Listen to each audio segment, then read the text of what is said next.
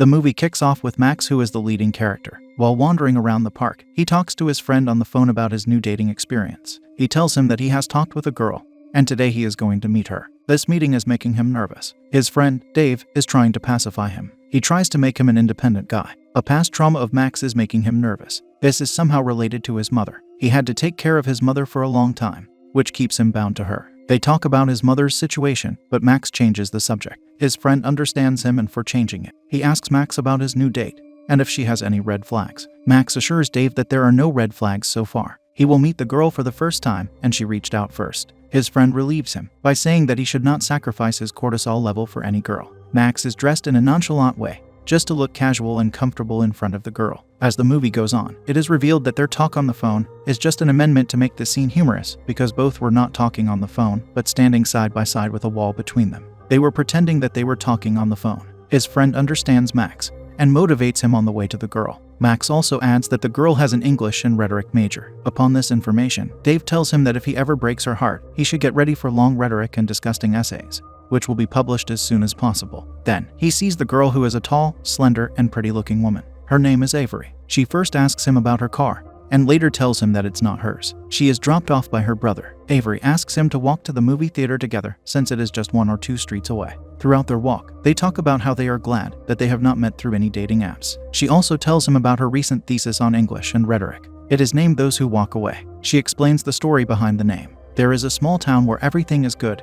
There is no misery there. People think that it's like paradise, where there is no crime, no poverty, no misdeeds, and no war. Everything is at peace there, except one reality that is known to everyone. There is a child who is locked in a small and dark dungeon. This child is being tortured and harmed. Everyone knows about that kid, but nobody wants to talk about this. They think it would disturb their paradise. People are left with 2 options. Either live there in the same way as it was before, or just walk away. Whatever they choose, the kid's condition will remain the same. Avery asks Max what he would choose in that situation. Max replies that he would walk away, since it would be easier than seeing the torture little boy must go through. Max also shares his trauma of watching his mother get sick day by day, which is far more painful than it seems. He says that he has a good bond with his mother. When they reach the theater, they see there is something going on. There are police cars wandering, and all of this seems uninviting. At this point, Avery also reveals that she is the manager of that theater, which gives a good impression of her to Max. While walking towards the theater, they ask a guy, whom Avery knows, what happened. He says that someone called the theater and told them that there is a bomb inside. That's why the police are there. That guy, Jake, has known Avery for a long time.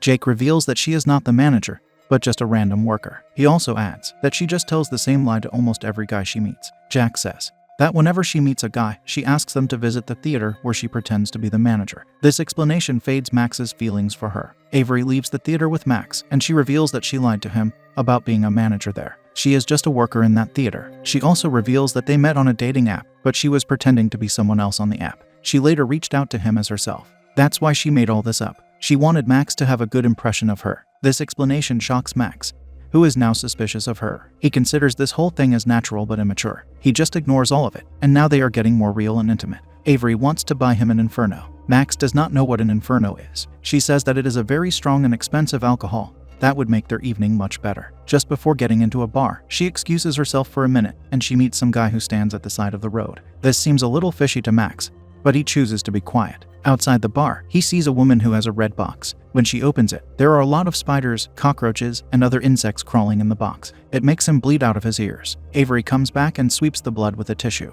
Later, they buy an Inferno, take some sips, and dance in that bar. The music and the Inferno make them enthusiastic. After getting out of the bar, Max asks him about the guy on the road. He asks her if she is in a relationship. Avery asks whether that guy is handsome or not, and if they look good together. Max gets annoyed, and she assures him that he is her brother. She also has her brother's photograph in her purse, which is suspicious. She explains that family is important to her. Later, she asks Max to go to a haunted place. At first, it seems very uncomfortable to him, but upon her insistence, he agrees. Avery takes her brother's car. Max realizes that during his mother's sickness, he did not get enough time to think about buying a car. The haunted place is a bit far from there. On the journey, they play a game like Truth or Dare, but only truth can be picked. Avery is first. She asks him how many girls he has slept with. That's not too difficult for Max to reply. He tells her that he has slept with 4 girls. Avery gives him a signal by asking him if he wants to make it 5. On his turn, he asks what's the scariest thing that has ever happened to her. She tells him the truth. Some time ago, some stalker was after her brother, and it disturbed him and the whole family mentally. Fortunately,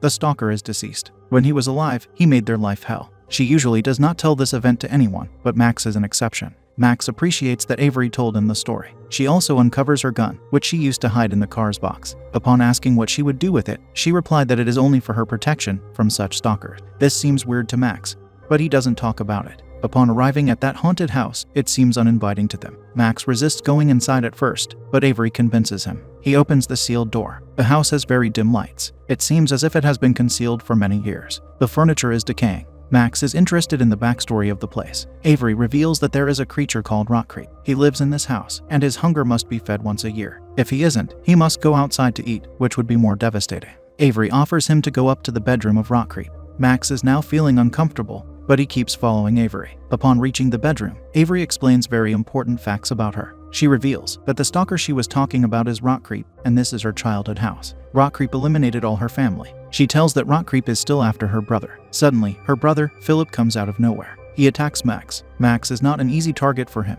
but somehow he manages to tie him. Max lies unconsciously. He will be the bait to Rockcreep.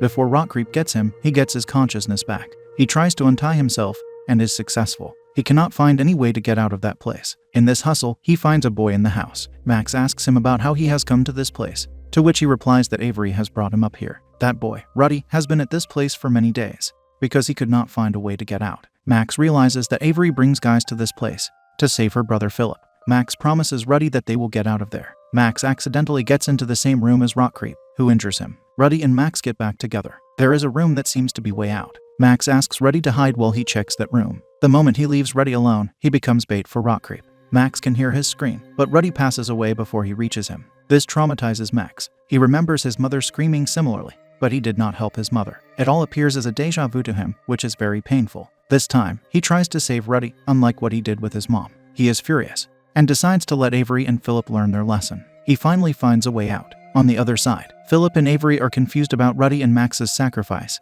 and they wonder if Rockcreep will go after Philip. Suddenly, they hear a glass break. They think that Max has found a way out. This is alarming for them, since Max can get their secret out to the world. Later, they realize that Ruddy has become the bait. The moment they go inside the house, Max locks them up from outside. Avery begs him for mercy, but Max only thinks about Ruddy at that moment. He burns down the house, so the creature and the siblings can disappear forever. He feels as if he has done something that has helped him with his trauma. Max then calls his mother and feels relaxed.